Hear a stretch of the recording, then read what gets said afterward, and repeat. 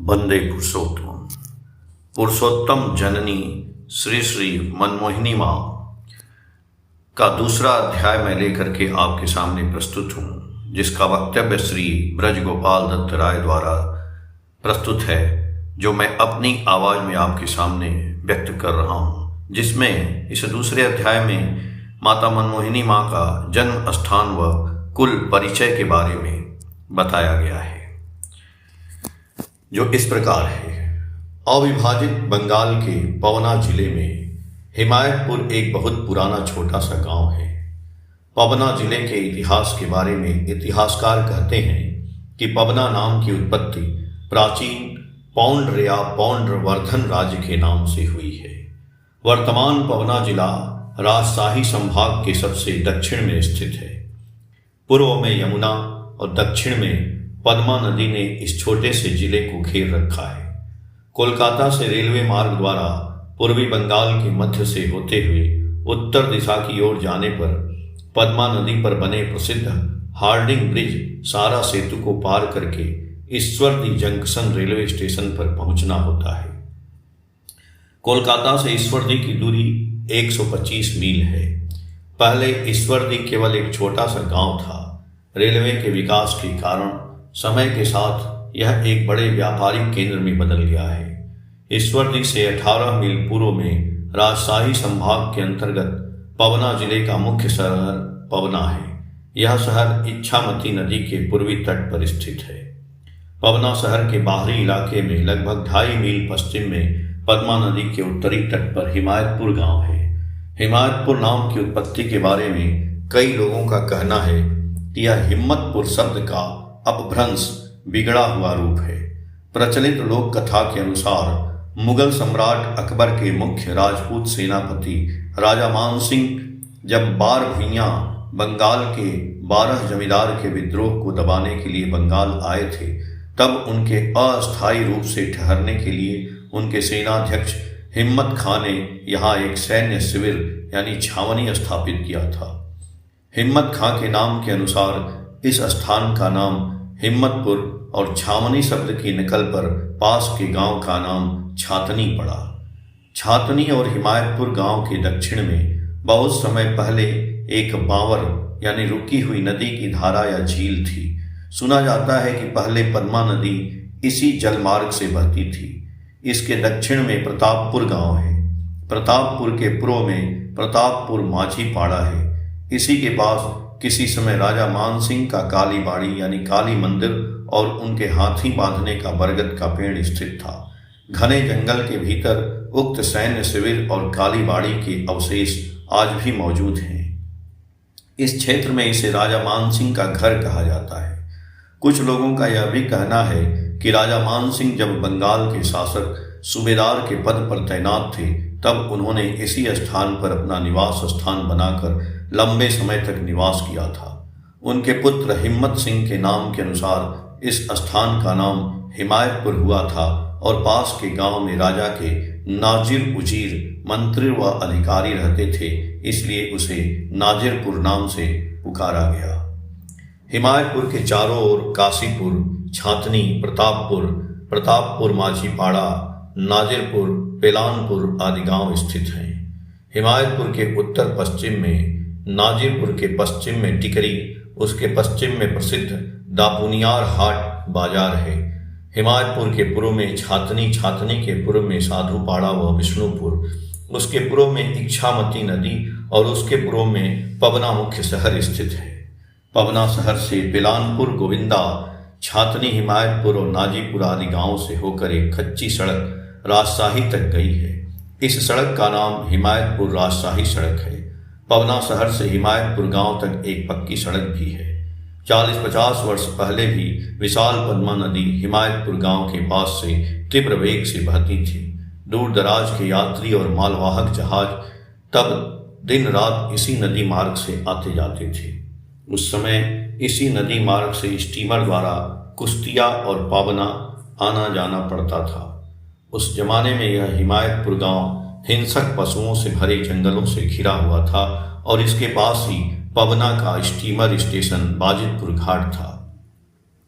पद्मा नदी के धीरे धीरे बहुत दूर खिसक जाने के कारण अब इस गांव के सामने एक क्षितिज तक फैला हुआ मैदान पड़ा है।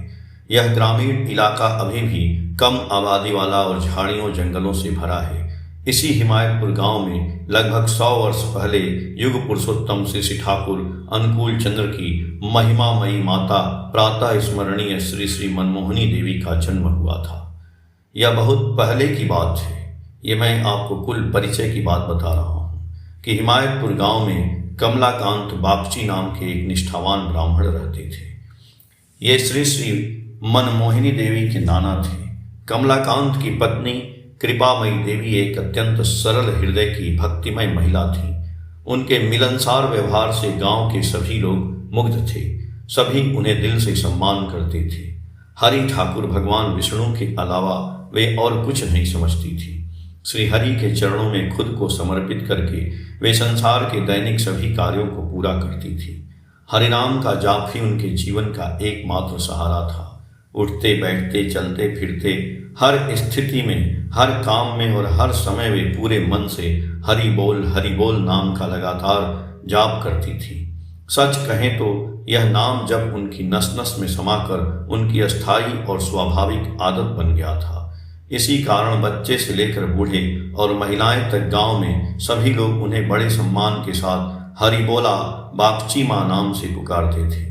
श्रीहरि के चरणों में भक्त कृपामयी देवी के अटूट विश्वास की कई अद्भुत कहानियां आज भी उस क्षेत्र में लोगों के बीच प्रचलित हैं।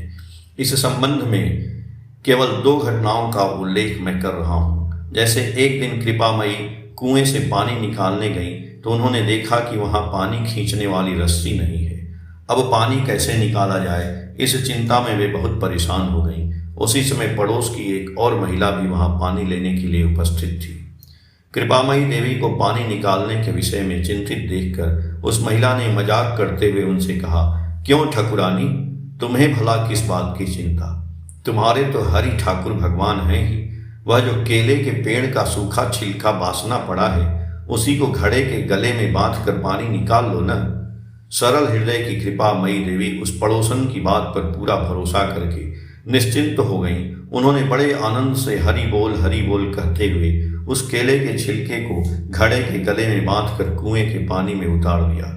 जब घड़ा पानी से भर गया तो उन्होंने हरि बोल कहते हुए उसे ऊपर खींच लिया और फिर से हरि बोल का जाप करते हुए घड़े को लेकर अपने घर की ओर चल पड़ी। कृपामयी को ऐसा करके देख वह दूसरी महिला भी ललचा गई। उसने भी केले के सूखे छिलके का एक सख्त टुकड़ा लिया और उसे अपने घड़े के गले में मजबूती से बांधकर कुएं में डाल दिया। कहना न होगा कि जैसे ही घड़ा पानी से भरा उसके भारी वजन के कारण केले का वह छिलका टूट गया, जिससे घड़ा तुरंत पानी में डूब गया। घड़ा खो जाने के बाद उस महिला को खाली हाथ घर लौटना पड़ा।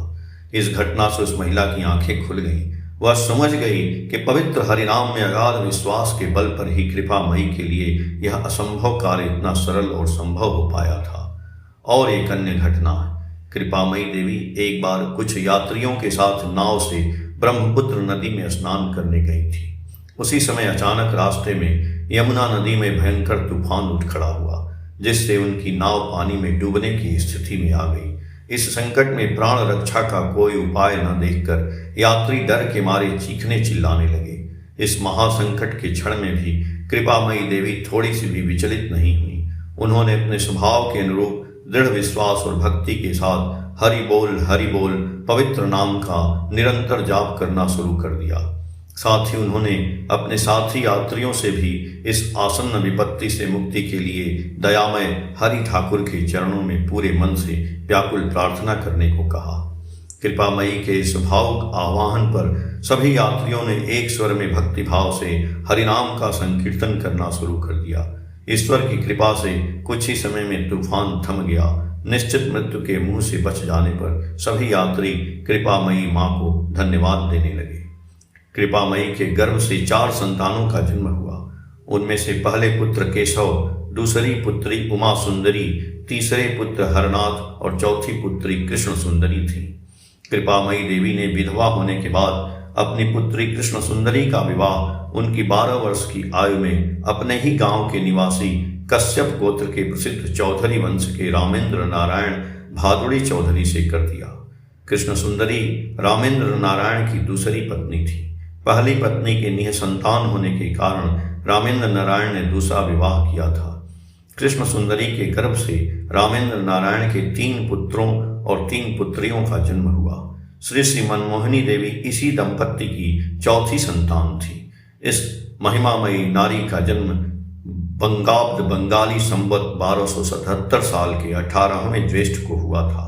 रामेंद्र नारायण के जीवन काल में ही उनकी पहली और तीसरी संतान 2 पुत्रों की बचपन में ही मृत्यु हो गई थी। अन्य 4 संतानें पुत्री निस्तारिणी, पुत्री मनमोहिनी, पुत्री गोविंदमणि और पुत्र योगेंद्र नारायण। इनमें से कृष्ण सुंदरी के जीवित रहते हुए निस्तारिणी का 40 वर्ष की आयु में और योगेंद्र नारायण का 16 वर्ष की आयु में स्वर्गवास हो गया। रामेंद्र नारायण अत्यंत सदाचारी और सात्विक प्रकृति के व्यक्ति थे।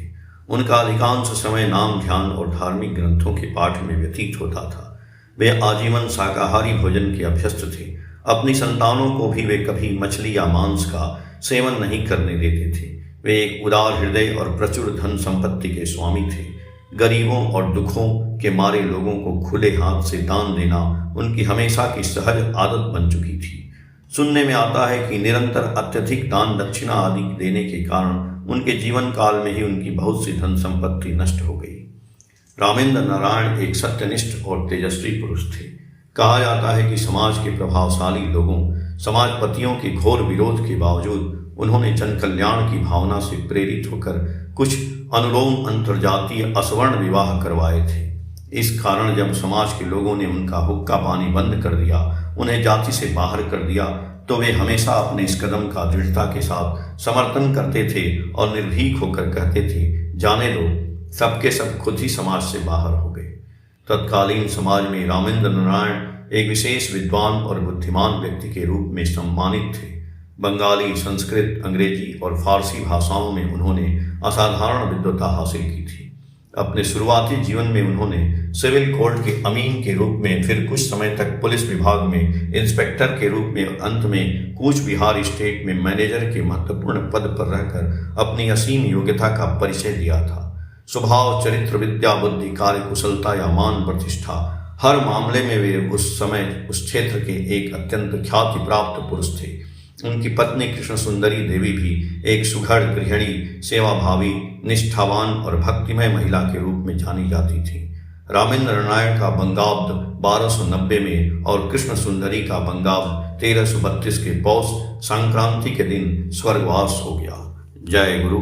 अब हम अगला 3रा अध्याय लेकर के आपके सामने 3रा वीडियो बनाऊंगा, उसमें मैं अपनी प्रस्तुति को दूंगा। तब तक के लिए जय गुरु।